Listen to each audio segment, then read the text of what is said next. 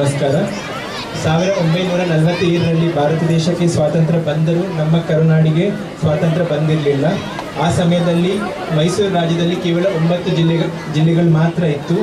ಉತ್ತರ ಜಿಲ್ಲೆಗಳು ಬಾಂಬೆ ಕರ್ನಾಟಕಕ್ಕೆ ಸೇರಿತ್ತು, ದಕ್ಷಿಣ ಜಿಲ್ಲೆಗಳು ಮಡ್ರಾಸ್ ಪ್ರೆಸಿಡೆನ್ಸಿಗೆ ಸೇರಿತ್ತು, ಮತ್ತು ಬೀದರ್, ಕಲಬುರಗಿ, ರಾಯಚೂರು ಜಿಲ್ಲೆಗಳು ಹೈದರಾಬಾದ್ ರಾಜ್ಯಕ್ಕೆ ಸೇರಿಕೊಂಡಿತ್ತು. ಹೀಗೆ ಹರಿದು ಹಂಚಿ ಹೋದ ಕನ್ನಡ ನಾಡಿನ ಪ್ರದೇಶಗಳನ್ನು ಒಂದುಗೂಡಿಸುವುದು ಕನ್ನಡಿಗರ ಜವಾಬ್ದಾರಿಯಾಗಿತ್ತು.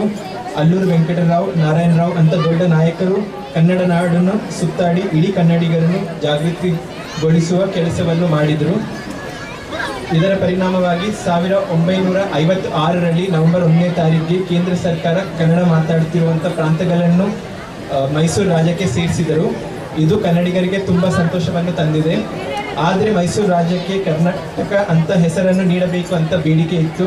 ಇದರ ಪರಿಣಾಮವಾಗಿ 1 ನವೆಂಬರ್